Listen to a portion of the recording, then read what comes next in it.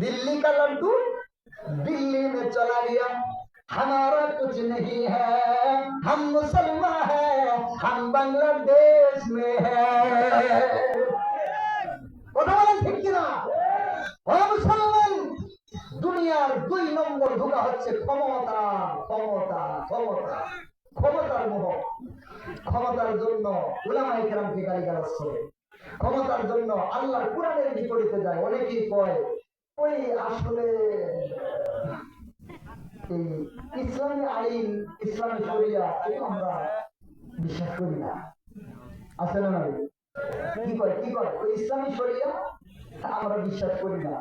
এই কথা যদি কেউ কয়, ওর ঈমান থাকার সুযোগ আছে? নাউজুবিল্লাহ, নাউজুবিল্লাহ। দুনিয়ার এই ক্ষমতার জন্য আখিরাতকে ধ্বংস করে দিয়েছে। মুসলমান ভাইরা আমার, এই কথাটা 1450 বছর আগে আমাদের কলিজার টুকরা নবী বলে গেছেন। আল্লাহ নবী বলেছেন, সাহাবায়ে কেরামকে ডাক দিয়ে বলতেছেন, বাদিরু বিল আমাল।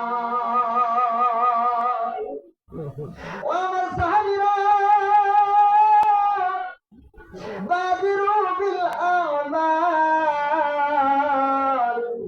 ফিতানান কাতিতাইল লাইলি মুযলিম।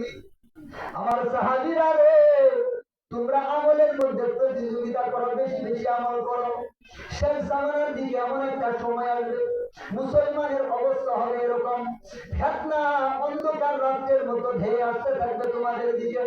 ইউসবিহু রাজুলু মুমিনান ইউমসি কাফিরান আও ইউমসি মুমিনান ইউসবিহু কাফিরান ইয়াবিউ দীনাহু বিআরাদিন মিনাদ দুনিয়া।